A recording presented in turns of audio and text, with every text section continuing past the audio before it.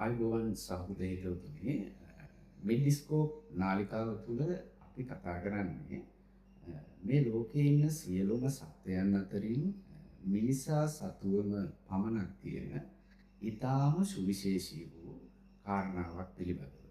මේක අපි ඉස්මතු කරන්න කතා කරන්න බලාපොරොත්තු වෙන්නේ වර්තමානයේ වෙනකොට ලෝකයේ බොහෝ රටවල මිනිසුන් මිනිසා සතුවම තියෙන මෙන්න මේ සුවිශේෂී වූ කාරණාව භාවිතා නොකිරීම තුළ ඒ ඵල ප්‍රයෝජන ලබා නොගැනීම තුළ අපේ ජීවිතය, මනුස්සයාගේ ජීවිතය දුක, කම්කටොළු, ඒ වගේම වේදනා, හිත් රිදීම්, කලකිරීම, සතුටින් තොරවීමේ තත්වයකට පත් වෙලා තියෙනවා දකින්න පුළුවන්.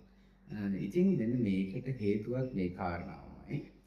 එතකොට මොකක් ගැනද අපි මේ කතා කරන්නේ? හිතවතුනි, මිනිස්සෙකුට අනිත් සියලුම තිරිසන් සතුන්ට එහා ගිය සුවිශේෂී වූ හැකියාවක් තියෙනවා. මේ හැකියාවට අපි කියනවා අභ්‍යන්තර දෘෂ්ටිය කියලා. එතකොට මෙන්න මේ අභ්‍යන්තර දෘෂ්ටිය කියලා කියන්නේ මොකක්ද කියලා අපි ඊළඟට කතා කරලා බලුවොත් අභ්‍යන්තර දෘෂ්ටිය කියන්නේ සිතීම, විමසීම සහ තීරණ ගැනීම කියන මෙන්න මේ අවස්ථාවන් තුන සම්බන්ධ කරගෙන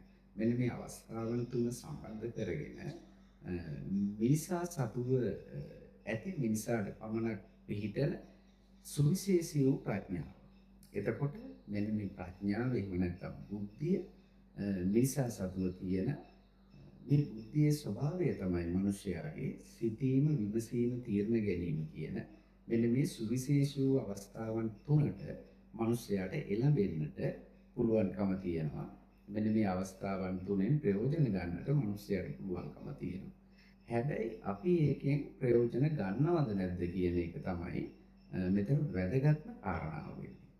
දැන් මම නිකන් අහුවොත් ඔබ මම අපි හැමෝම මිනිස්සු විදිහට අපේ තුළ තියෙන ඒ සිතීම, විමසීම සහ තීරණ ගැනීම කියන මෙන්න මේ අවස්ථාවන් තුන අපි භාවිතා කරනවාද කියලා ඔබට එක්වරම හිතෙන්න පුළුවන්.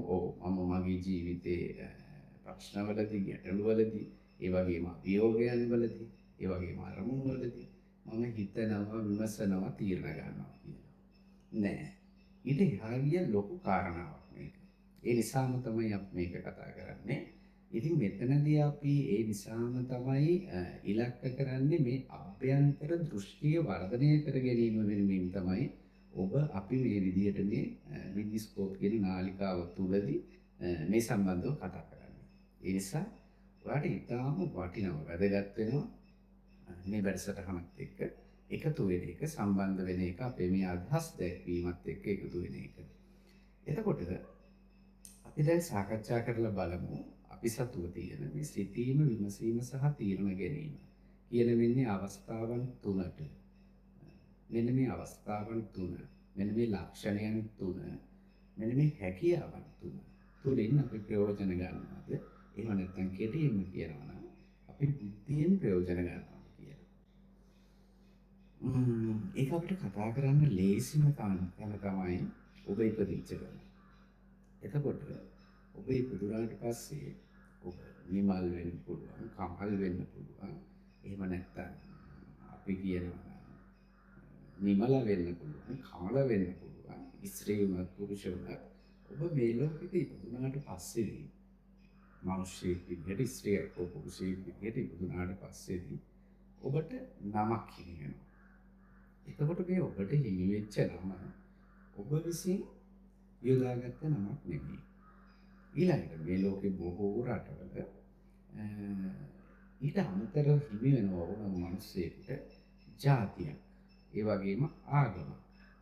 එතකොට නිමල් හෝ කමල් කියන නමින් සිංහල හෝ මුස්ලිම් හෝ දමිළ හෝ හින්දු හෝ මොන හෝ ජාතියකට අයත් බෞද්ධ හෝ ක්‍රිස්තියානි හෝ එහෙම නැත්නම් ඉස්ලාම් හෝ කුමන හෝ ආගමකට අයත්ව අපි මේ ලෝකේ මිනිස්සෙක් විදිහට ඉපදෙනවා. අන්න එතනින් එහාට තමයි මේකේ වැදගත්ම කාරණාව තියෙන්නේ. ඒ කියන්නේ අපි මේ විදිහට ඉපදුනාට පස්සේදී මීට අමතරව ලංකාවේ අපිට ඉතාම වැදගත් තවත් මම දකින කාරණාවක් තියෙනවා. ඒ තමයි දේශපාලනිකමය කාරණාව. ඒ කියන්නේ අපිට බොහෝ දුරට දේශපාලනමය පක්ෂයකුත් අපේ පවුල් පසුබිමින්ම උරුම වෙනවා. එතකොට ඒක පැත්තකින් තියෙන මුලින්ම මම කිව්ව කාරණා තුන ගත්තට පස්සේ ඔබ මේ ලෝකෙට නිමල් හෝ කමල විදියට ඉපදුනාට පස්සේ නිමල හෝ කමල විදියට ඉපදුනාට පස්සේ එතනින් එහාට ඔබ සිංහල බෞද්ධ නම් ඔබ සිංහල බෞද්ධ කියන මෙන්න මේ කෝණය ඇතුළෙන් මේ ලෝකය දකින්න හුරු වෙනවා. ඔබේ පවුල තුල ඔබේ අම්මා තාත්තා ආශ්‍රිතයෝ ඒ වගේම ගමේ අය ඔබේ ආගමට ජාතියට අනුව ඒ තුල ඉඳගෙන ඔබට ලෝකය දකින්න හුරු කරනවා. ඒ කියන්නේ ඔබ කළ යුතු දේවල්, නොකළ යුතු දේවල්, ඔබ පිළිපැදිය යුතු දේවල්, පිළිනොපැදිය යුතු දේවල්, ගරු කළ යුතු දේවල්, ඒ වගේම ගරු නොකළ යුතු දේවල් හොඳ නරක මෙන්න මේ විදිහට අපේ ජාතික සහ ආගමික සංස්කෘතිය සහ සම්ප්‍රදාය අපිට අපේ අම්මා තාත්තා ඇතුළු ආශ්‍රිතයෝ උගන්වනවා.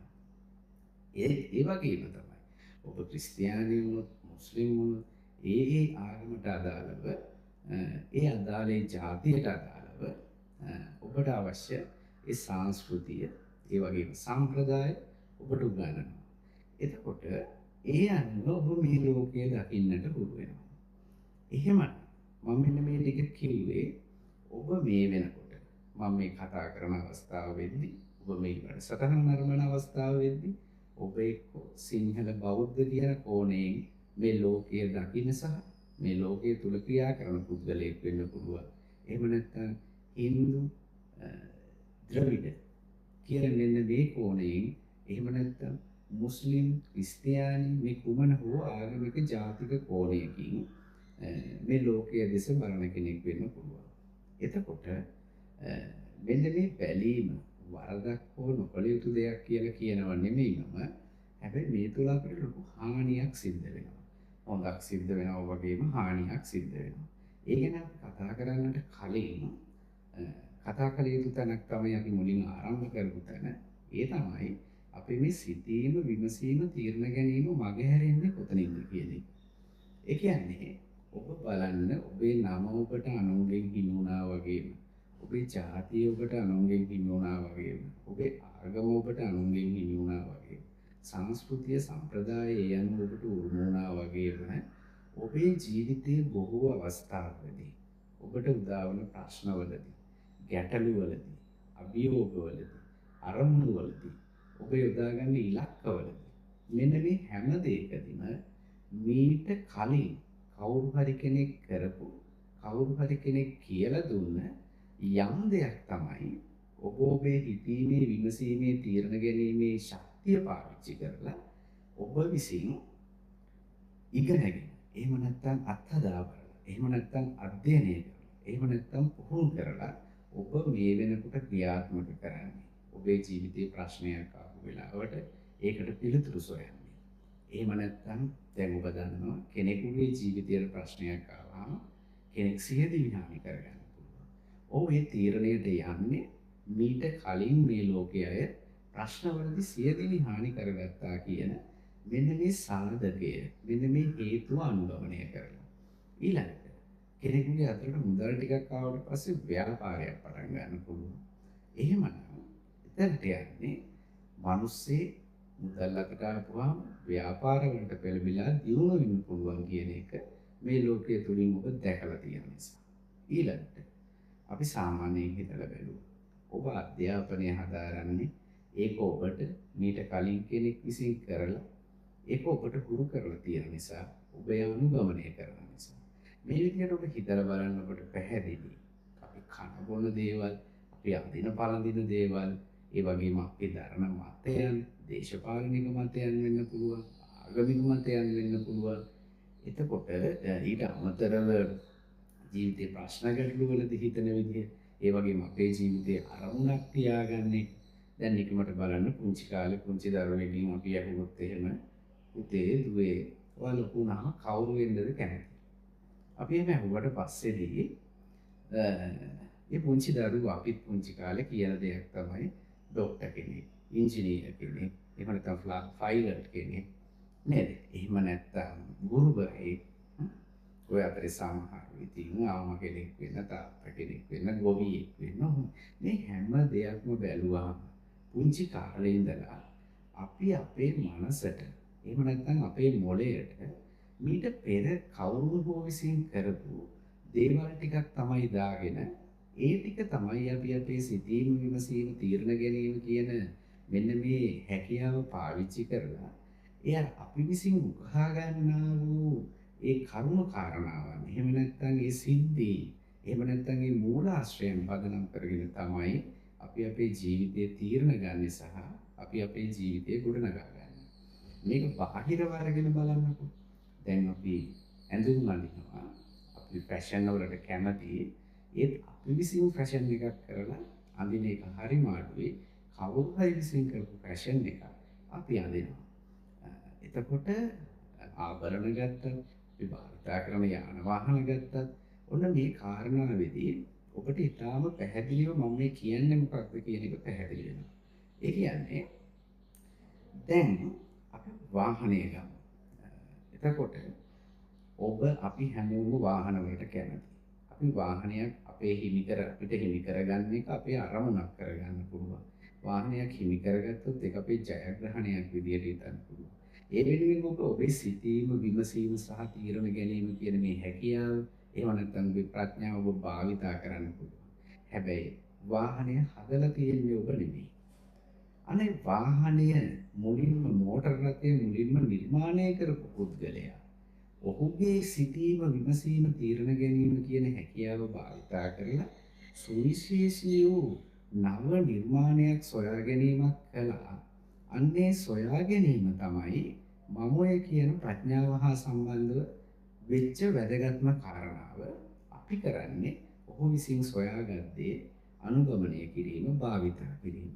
එතන ඉඳලා ඕනම දෙයක් තාක්ෂණික මේ සොයා ගැනීම හෝ ඕනම භෞතික මේ සොයා ගැනීමක් අපි ගත්තොත් අපි මේ නිරන්තරයෙන් අද වෙනකොට පාවිච්චි කරන ජංගම දුරකථනය අපි ගත්තොත් මුලින්ම කෙනෙක් ජංගම දුරකථනය එහෙම නැත්නම් අදහස් සෝමාරු කරන්න මේ වගේ උපකරණයක් හදන එක ගැන හිතුවා, ඒ පිළිබඳව කල්පනා කරා, විමසුවා, තීරණය කරා, එහෙම එකක් නිර්මාණය කරා. හැබැයි අපි කරන්නේ එතන ඉඳලා අද දක්වාම ඒ භාවිතා කිරීම. යමේ තව චුට්ට හිතලා මේක වැඩි දියුණු කරනවා. හැබැයි බහුතරයක් අපි කරන්නේ ඔන්න ඔය විදිහට භෞතිකමය මෙවලම් සහ ජීවිතයේ අභ්‍යන්තරික කරුණු ඕනම විෂයක් ඕනම අංශයක් සම්බන්ධව තවත් කෙනෙකු විසින් මීට පෙර නිපද වූ එහෙම නැත්නම් හිතලා එළියට දුන්නු යම් කිසි අදහසක්, ක්‍රමයක්, එහෙම නැත්නම් සංකල්පයක් අනුගමනය කිරීම තමයි අපි කරන්නේ. එහෙමනම් අපි ඒ විදිහට හිතලා බැලුවා අපි යම්කිසි පුද්ගලයෙක් විසින් ඔහුගේ සිතීම, විමසීම සහ ප්‍රඥාව භාවිතා කරලා ඔවුන් විසින් ලෝකයට හඳුන්වා දුන්න ඒ භෞතිකමය සහ අභ්‍යන්තරික කරුණු කාරණාවන් හඹා යන එහෙම නැත්නම් ඒවා අනුගමනය කරන ඒවා පසුපස යන පිරිස. එහෙමනම් දැන් ඔබට පැහැදිලි මම මුලින් කිව්වේ ඔබේ සිතීම, විමසීම, තීරණ ගැනීම භාවිතා කරන්නේ නැහැ කියලා. ඔබ වගේම මම වගේම තවත් මිනිස්සෙක් විසින් මේ භාවිතා කරලා යම් නව සොයා ගැනීම, නව අදහස්, නව දර්ශනයන්, ආකල්ප ඉදිරිපත් කරද්දී අපි විසින් ඒවා අනුගමනය කරන්න පමණක් බවට පත් වෙලා තියෙනවා. එතකොට මෙන්න මෙතන තමයි ගැලපෙන්නේ අර මම මුලින් කිව්ව ආගමික ජාතික කාරණාව සහ අපේ සිතීම, විමසීම කියන මෙන්න මේ මාවත් දෙක එකට එකතු වෙන තැන තමයි මෙන්න මෙතන. ඒ කියන්නේ අර මම මුලින් කිව්ව විදිහට අපි සිංහල බෞද්ධ වුණොත්, හින්දු ද්‍රවිඩ වුණොත් අපි මොකද කරන්නේ? අන්නේ ෆ්‍රේම් එකකින්, ඒ රාමුවෙන් ඒ තුල අපි පිළිපැදිය යුතු, අනුගමනය කළ යුතු යම් ක්‍රමෝපායන් ඇඳුම් පැළඳුම් වෙන්න පුළුවන්, බාහිර අභ්‍යන්තරික යම් සිද්ධීන්, අවස්ථාවන් අනුගමනය කිරීමක් තමයි අපි විසින් සිද්ධ කරන්නේ.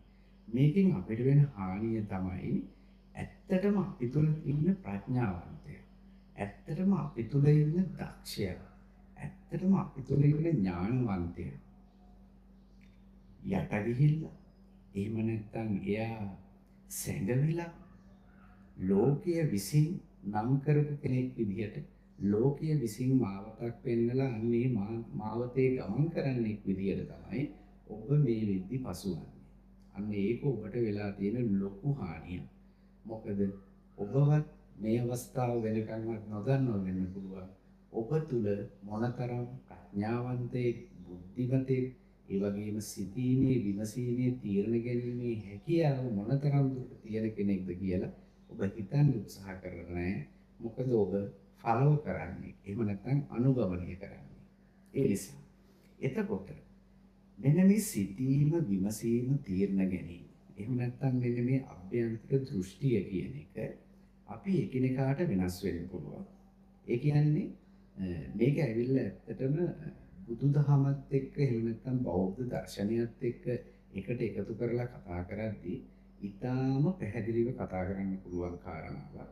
ඒ නිසා අපි ඉදිරියට මේක සම්බන්ධව කතා කරද්දී බෞද්ධ දර්ශනය එකතු කරගෙන ඒ තුලින් තමයි අපේ මේ අභ්‍යන්තර දෘෂ්ටිය පිළිබඳව කතා කරන්නේ. ඒ තුලින් අපි අපේ ජීවිතයේ සතුට සාර්ථකත්වය උදා කරගන්නේ කොහොමද කියන එක ගැන කතා කරන්නේ. ඉතින් ඒ නිසා මෙතනදී මට විශේෂයෙන්ම කියන්න අවශ්‍ය වෙන්නේ මේ අදහස් දැක්වීම ඇතුලේ ඔබ තුල ඒ ඇතුලේ ඉන්න ප්‍රඥාවන්තයා, බුද්ධිමතා, දක්ෂය, එහෙම නැත්නම් සැබෑ ඔබ තුල ඉන්න මිනිසා, මිනිසයා එළියට ගන්නට නම් ඔබ මෙන්න මේ අභ්‍යන්තර දෘෂ්ටිය කියන ඔබ සතුවේ සුවිශේෂී හැකියාව භාවිතා කරන්නෙක් විය යුතුම වෙනවා. ඒ අර මම මුලින් කිව්ව භෞතිකමය නයනව සොයා ගැනීමකට නෙමෙයි. ඒක අවශ්‍ය වෙන්නේ ඔබේ ජීවිතයේ සතුට සැනසීම සොයා ගැනීම වෙනුවෙන්. ඔබ දන්නවා, ඔබ පිළිගන්නවා මේ වෙනකොට ඔබේ ජීවිතයේ සතුට සැනසීම අහිමි වෙලා තියෙනවා. ගොඩක් වෙලාවට අපේ ජීවිතයකට ප්‍රශ්න, ගැටලු, ඒ වගේම හිතේ සැනසෙල්ලක් නැතිකම, මානසික පීඩනය, අසහනය මේ වගේ දේවල් වලින් නිපිරලා තියෙන්නේ. මෙන්න මේ දේවල් අපේ ජීවිතයෙන් තුරන් කරලා සතුට, සැනසීම, නිදහස මෙන්න මේ දේවල් අපේ ජීවිතයට එකතු කරගන්නට ඔබට මෙන්න මේ සිතීම, විමසීම, තීරණ ගැනීම කියන සුවිශේෂී හැකියාව එහෙම නැත්නම් විප්‍රඥාව භාවිතා කරන්නට පුළුවන්. මේක භාවිතා කරන්නේ කොහොමද? ඒකට අපිට බෞද්ධ දර්ශනය කොච්චර දුරට වැදගත්ද? ඒ වගේම තමයි මේකෙදී අපි අනුගමනය කළ යුතු ක්‍රම මොනවද කියන මේ හැම දෙයක්ම අපි අපේ නාලිකාවේ ඉදිරි වැඩසටහන් තුලදී කතා බහ කරනවා. ඉතින් ඒ නිසා අද දවසේ අපි ඔබට කියන්නේ ඔබේ ජීවිතයට හිමි වෙලා තියෙන මේ සුවිශේෂී වූ හැකියාව භාවිතා කරන්න හිතන්න. ඔබ තුල සිටිනේ ප්‍රඥාවන්තය, ඔබ තුල සිටිනේ සුපිරි මිනිසා, සැබෑ මිනිසා එළියට ගන්න. ඔබව හඳුනාගෙන ඉදිරියට ඔබේ ජීවිතය සාර්ථකව ගත කරන්න අවශ්‍ය කරන පසුබිම ඔබ විසින් නිර්මාණය කරගත යුතුයි. ඒක ඔබට උපතින්ම හිමි වෙච්ච හැකියාවක්. ඉතින් ඒ නිසා ඒ හැකියාව ඔබ භාවිතා කළ යුතුම වෙනවා. මේක අඩු වැඩි වශයෙන් එකිනෙකාට තියෙන්න පුළුවන්. මේකෙන් අපි ලෝකය දැක්කම, අභ්‍යන්තර දෘෂ්ටිය තුළින් ලෝකය දැක්කම අපිට මේ ලෝකය පිළිබඳව පෙනෙන බොහෝ දේවල් ඊට වඩා ගොඩක් වෙනස් විදිහට පේන්න දකින්න ගන්නවා. ඉතින් අපි ඉදිරියේදී මේ සම්බන්ධව දිගින් දිගට කතා කරමු. මම දීර්ඝව මේ අදහස් දැක්වීම කරන්නේ නැත්තේ මම කිව්ව කාරණාව පිළිබඳව ඔබ නැවත නැවත හිතන්න. හිතුවහම ඔබට ඇත්තටම මේ කිව්වේ මොකද්ද කියලා යමක් ඔළුවට, මනසට, ඔබේ බුද්ධියට වැටහෙයි. ඔබ හැමට සුබ දවසක් වේවා. සුබ අනාගතයක් උදා වේවා.